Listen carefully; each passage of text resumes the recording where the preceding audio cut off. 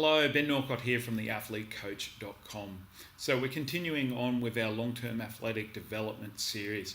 And in this video, we're looking at what are the three key areas for functional development in a collision-based sport. So this will be series or video A, there will be B and C to come.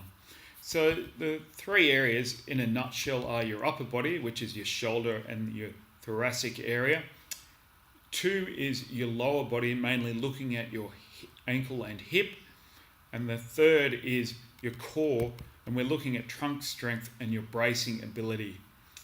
So for upper body, again, we're breaking it up into our training stages. So there's training to train, training to compete, and then training to win. So starting on with training to train, we start looking at static shoulder range of motion and stability for your scapula and your thoracic area, as well as your rotator cuff. So we just basically look at going to the end ranges of motion and creating more range of motion and strength at those areas using some form of isometric work. That sounds very complicated, but it's quite simple. Let's start with the starting stage of your external raise. You're actually going to the lowest point here, holding that and doing some work for 10 seconds, really isometrically contracting hard, which is quite good. And again, we'd go to the end point there, the same, and we'd go the internal again. What we're basically doing is similar to what would be early stage rehab in certain areas. And again, for your upper body, we're looking at all the different aspects you need in your thoracic and shoulder area and your rotator cuff. Now, if moving on to training to compete, we start adding dynamic, which is basically going through movements. That's a dynamic movement. And we're looking at your shoulder stability and range of motion in exercises for shoulder extension, flexion, and rotator cuff work again. Now, moving on to the 3rd stage, we start looking at the training to win stage. We start using advanced dynamic shoulder strength exercises to maintain flexion and extension strength balances that you've developed in the training to compete stage.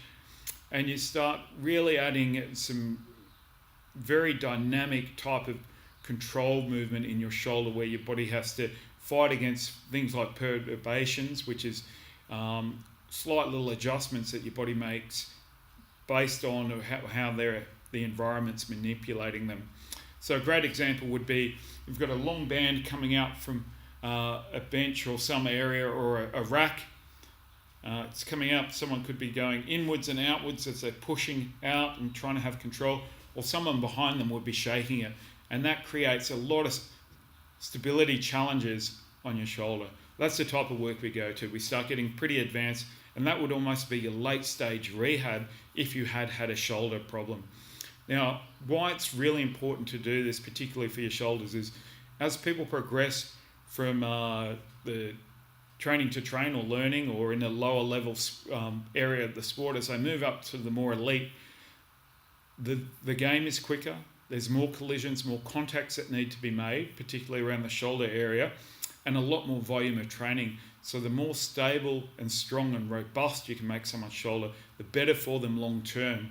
It's better to try and prevent an injury, or even teach them a whole lot of rehabilitations or prehab exercises, so that if they do get slight little shoulder niggles, they know those exercises so that they can actually progress in their rehab a lot quicker as well. So we're trying to prevent injury by having the right push-pull, extension, flexion, and rotator cuff strength, and then move to a dynamic sort of control area, and also teaching the fundamentals of rehab. So if they do get a shoulder injury, which we pretty much all do when you're in a contact sport at some point, they have a very good knowledge of the exercises, and they're not learning the exercises in the rehab setting.